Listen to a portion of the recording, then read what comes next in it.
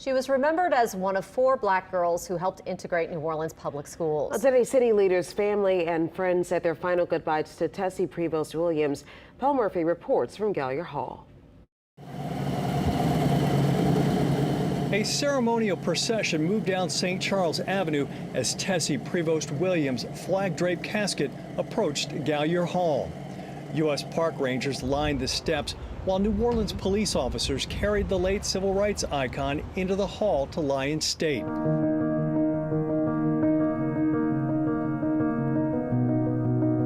Prevost, along with 6-year-olds Leona Tate, Gail Etienne, and Ruby Bridges, made history desegregating schools in New Orleans and the South in 1960.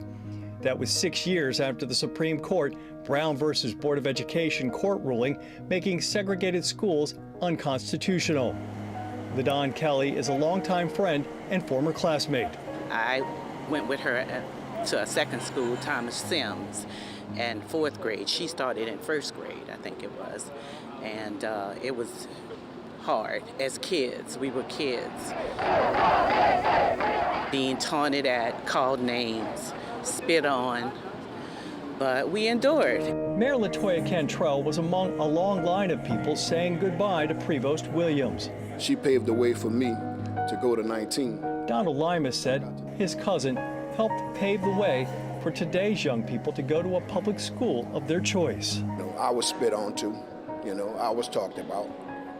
But I recognize and realize that the struggle is not over yet. But they take it for granted because we have more than we ever had before. She deserves every honor that she's being given now. Carol Joshua knew Prevost-Williams all her life. Joshua said it touched her heart to see U.S. Marshals escorting the late civil rights pioneer in the procession, like they did so many years ago as she and the other girls entered McDonough 19 in the lower 9th Ward. They were like 5 and 6 years old when people were throwing rocks at them and calling them names.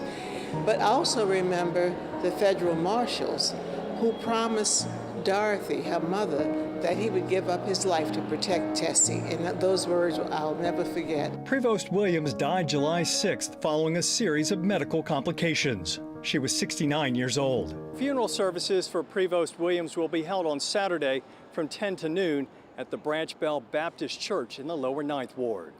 Paul Murphy, WWL, Louisiana. There will be a final farewell and a second line for Prevost-Williams beginning at 1:30 tomorrow afternoon at the Tate, Etienne, and Prevost Center in the 5900 block of St. Claude Avenue.